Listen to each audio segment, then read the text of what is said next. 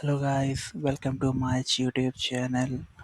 So today I'm going to teach you about how you can take inputs from user in your Python code. If you have not watched my previous videos, please watch them after this video is finished. Okay, so we will tell you two methods. There are two methods for taking input. One is the raw input, which is the raw input method. This is used in older versions of Python and it is not used in Python 3, so 3 plus, so I will not be using this method. Another method is input method, which we will be using should be using today for taking inputs from the user. Let's take that. Take input.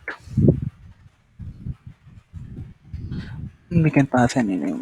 What is your name? Guys, let's run that. Here we go. So as you can see in the prompt section, we have what is your name. Now let me type my name here. Okay, so program finished with exit code. So this is how you can take input from the user. We have used the input prompt, but we are not storing that value in a variable. So for using storing that value, let's assign the return value of this input method to a variable. Also, let's print the value of the variable. Okay guys, now let's rerun that code. Here you can see, let me give my name. Yeah, as you can see, the name is printed. So this is how you can take inputs from the user. Okay guys, now I would like to add one or two more points. If since we have seen that the return type of input is assigned to a variable. If you don't know what a Python variable is, please watch the video in the card section right now. Okay, it is displayed in the card.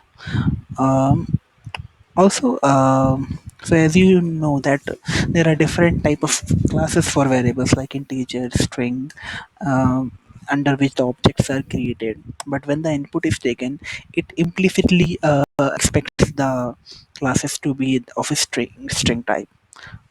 Let me tell you, demonstrate what I'm trying to say. Let's take the age.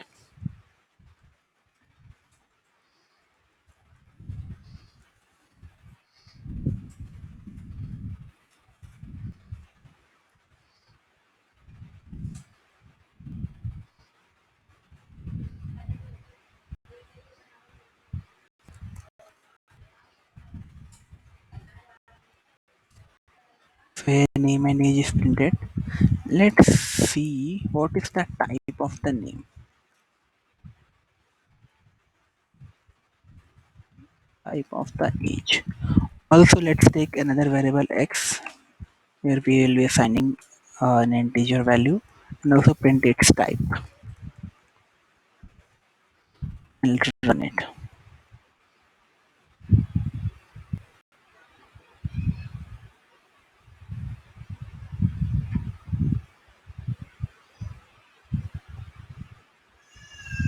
Oh, something went bad, guys. Sorry, guys, I missed a parenthesis there. Give my name. Let's give my age. Okay, now you can see the type of age is printed as string while the type of x is printed as integer. This is where I told you guys that whenever we are using input, by default it assumes that the input value is in string.